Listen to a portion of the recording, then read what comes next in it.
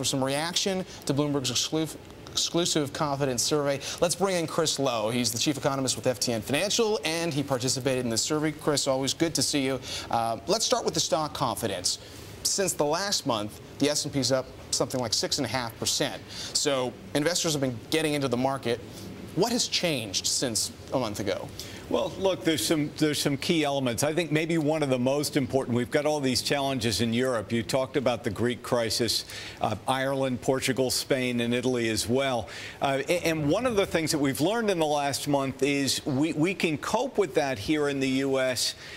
Regardless almost of what happens over there. We're going to be okay. So you've got investors coming back into the U.S. markets. And yet this survey suggests investors are not convinced necessarily that stocks are going to keep climbing, that they'll move higher in the next 6 months. What are the wild cards that are still out there? Well, look, the biggest unknown right now is the economic data. We were just talking about that back at the shop yesterday, that you've had a couple of months now where it's probably the weather, but whatever it is, the data doesn't show any definitive direction right now.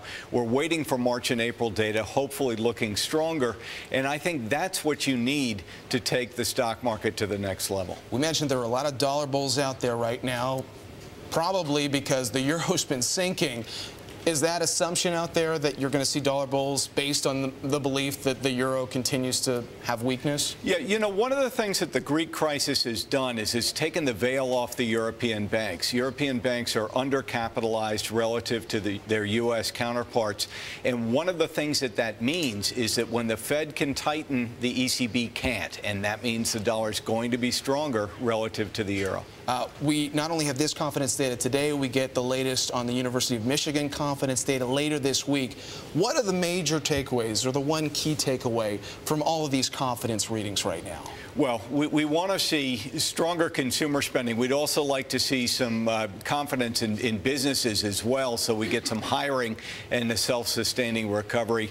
That's what we're waiting for when we're looking for this confidence rebound. And as far as the economy here in the U.S., you're saying that jobs cloudiness needs to improve? I think it will improve. I'm very confident myself that we're going to see job growth within the next 2 or 3 months, at which point, hopefully, consumer confidence, business confidence improves too. All right. Thanks, Chris.